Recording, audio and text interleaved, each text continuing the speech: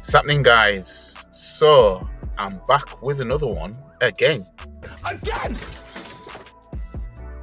and this time we're moving over we're transitioning over to the Champions League. Right? Taking our eye off the Premier League for now, because we all know what happened in the Premier League the last time we played. Right? We showed the world that, yeah, when it comes to teams figuring us out, we start just playing for corners. You know what I mean? That's what we've become now. We've morphed into what everybody said that we were. Right? That's what we morphed into. But it's Champions League action. Arsenal versus Monaco at the Emirates Stadium, 8 p.m. kickoff tomorrow night. Match preview. Let's get it.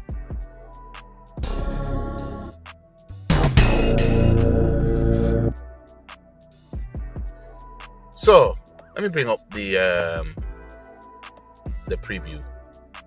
A side that we faced in 2012, I believe it might have been. It was either 2012 or somewhere around there.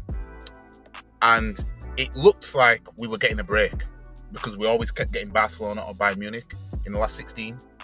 It looks like we were getting a break. And then we got Monaco, thinking, well, this is our chance to get further in the Champions League for once. And yeah, Monaco knocked us out because we didn't do our job. So yeah, that was the last time we played them competitively. So let's read into it. Arsenal and Monaco have much in common, as both were previously managed by Arsene Wenger, and both lost their sole appearance in the UEFA Champions League final. What? There's also little to choose between them now, as they are both on 10 points in the Champions League phase, with identical records: 1-3, drawn 1, lost 1. Ahead of their third ever European meeting, 1 win apiece, the home side on the day lost both of the previous head-to-heads, which could give the Gunners something to think about in the wake of a 1-1 draw at Fulham on Sunday, in which Arsenal missed the chance to close the gap on league leaders Liverpool, whose game was postponed. Crying to me and I'm not having it.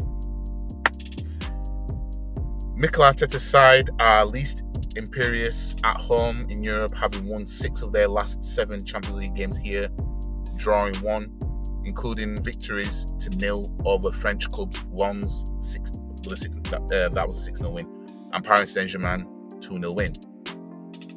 While only goal difference has Monaco behind Arsenal in the table, they have actually scored more times than their hosts, 12v8, and prepared for this clash by beating Toulouse 2-0 on Saturday as they try to keep the pace with League One leaders PSG. They'll have to part their domestic ambitions just now and focus on Europe, where they tend to fare well across channel affairs, winning 5 of the last 7 UEFA Champions League games against English clubs, losing only twice. They've won their only previous visit here 3-1 during the 2014-15 knockout stages. Oh, so it's 2014-15. But that remains the last season in which they recorded a consecutive away wins in a Champions League main draw. That is their next target after beating Bologna 1-0 on the road on match day 4. But with the win-breaking sequence of 8 winless Champions League away games, drawing 4, losing 4, excluding qualifiers, Monaco have a lot to prove to show it wasn't just a freak result. Now, we obviously in our squad right now, as it says here, key battle, centre back William Saliba netted after half time in their last 2 fixtures. So obviously he's our threat for now, and what Monaco might need to watch out for. But I don't really get into all that. The main thing right here is what I'm seeing right now, and that is the injuries, right? I forgot Balogun's at Monaco. He says that he will not play because of shoulder injury. But players that will not play for us: Tomiyasu and Ben White, and then questionable is Calafiori, who Calafiori just can't stay fit. Nope. I personally think Calafiori's career at Arsenal is finished. Yep.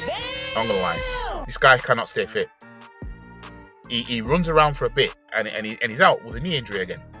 I don't think you have the facilities for that, big man. You know what I mean? And was I not concerned about this signing? Yep. But this is Arsenal. But if we're getting Dan Ashworth, as you know, the rumours are suggesting, and hopefully he's not going to be stupid enough to want Arsenal to go for players that have injury records like what Calafiori had, for example. So Gabriel, he's questionable with an injury. Doesn't say what injury though. Or not, at least not on here. Zinchenko, muscle injury. So you got Zinchenko that can't stay fit. You got Tomiyasu that can't stay fit. You got Calafiori that can't stay fit.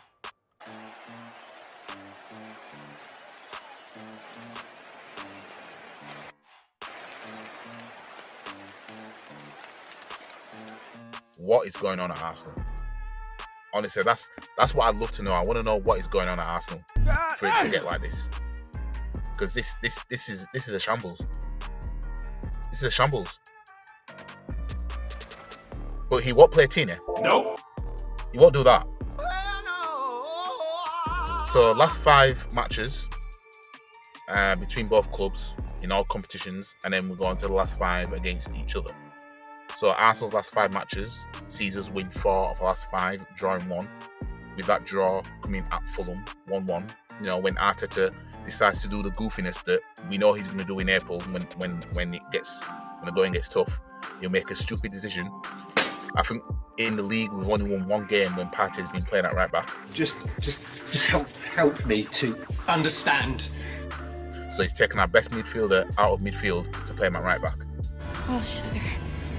You just kind of done the dumbest thing in your whole life. Because he doesn't want to play Tina. Nope.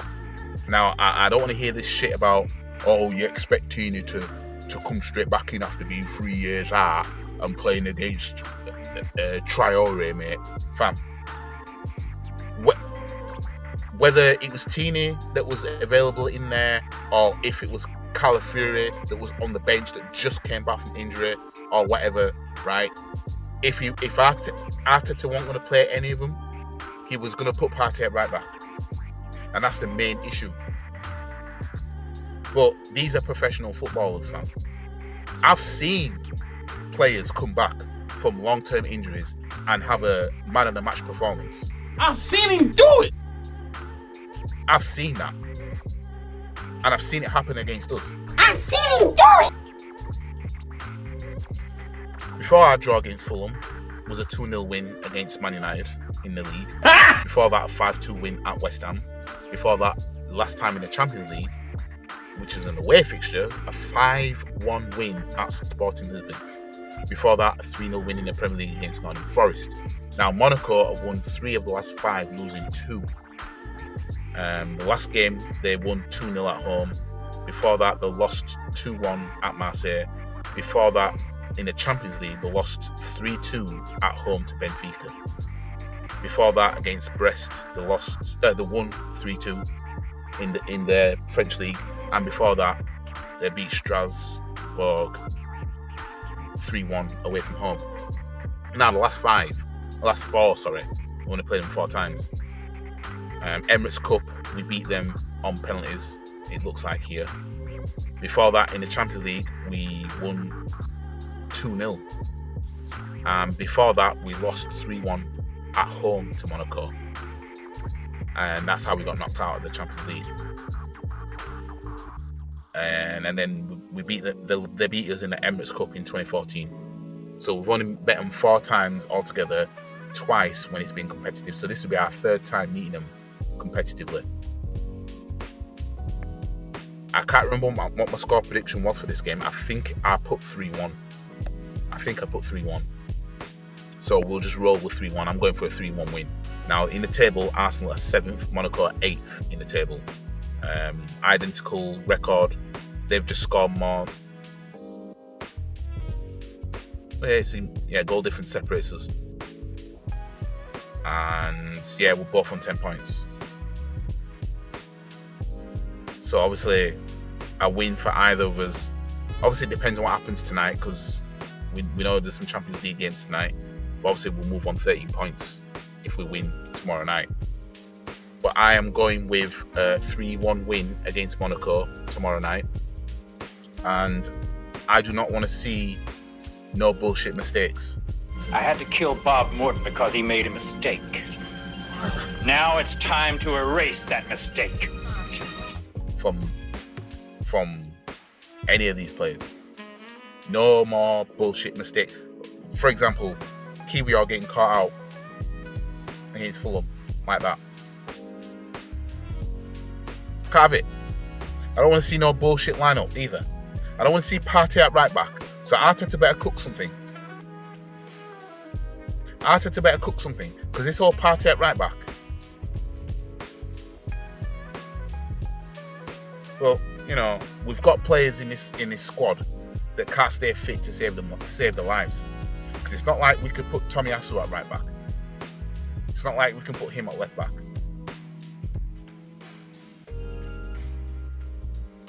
I would rather him put somebody else at left back, keep Timber at right back, and keep Partey in midfield.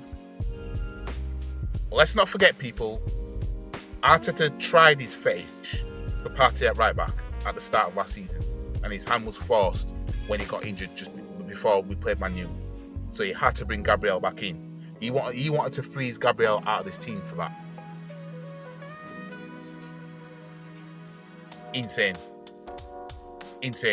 But yeah, that's my score prediction for this game, 3-1. That's what I'm going with.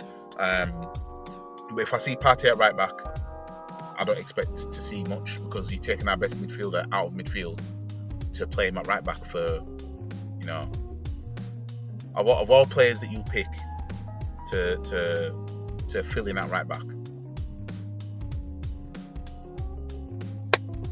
You know what I mean? You see, what would make sense to me was put Kiwior at left back, have Timber at right back, put Declan Rice at centre back. That would make sense, because Declan Rice was naturally a centre back before he became a midfielder. He was a centre back, and Arteta knows this, and Rice has even said that, you know, I could play at centre back if needed. Blah blah blah. Did you see what I mean about this versatility? So it's this versatility shit. It's a lie to a degree. You know what I mean? You don't mean it. Oh, hell no! You don't know how to use versatility.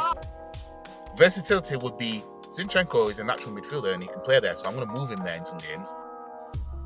Versatility would be Declan Rice can actually fill in at centre back if needed.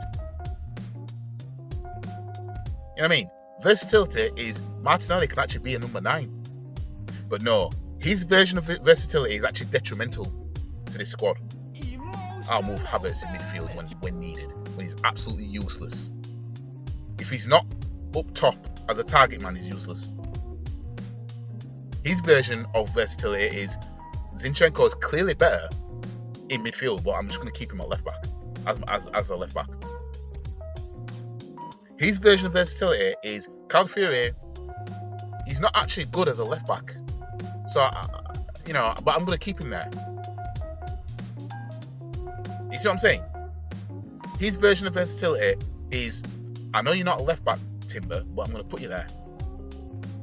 His version of versatility is, I know your best position is in midfield, and when you're in midfield, the squad in the midfield as a whole tends to be better off, but I'm going to put you at right back, Partey. That's his version of versatility. His version of versatility is detrimental, and it's not yet shown that he can get us over the line. We haven't won a cup him doing that versatility bullshit.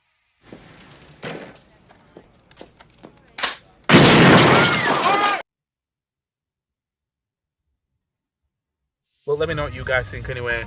Like the video, share the video, comment, subscribe to the channel, follow all the socials. The link is in the description below. And I will see you guys in the match reaction. I won't do a watch along for it, but I will be streaming FIFA tomorrow. So I'll be getting back home early tomorrow. I should be getting back home early, so I'll do some FIFA streaming, and yeah, then I'll be live for the match reaction, where hopefully we've beaten Monaco. Anyways, I'll see you guys in the next one. Peace.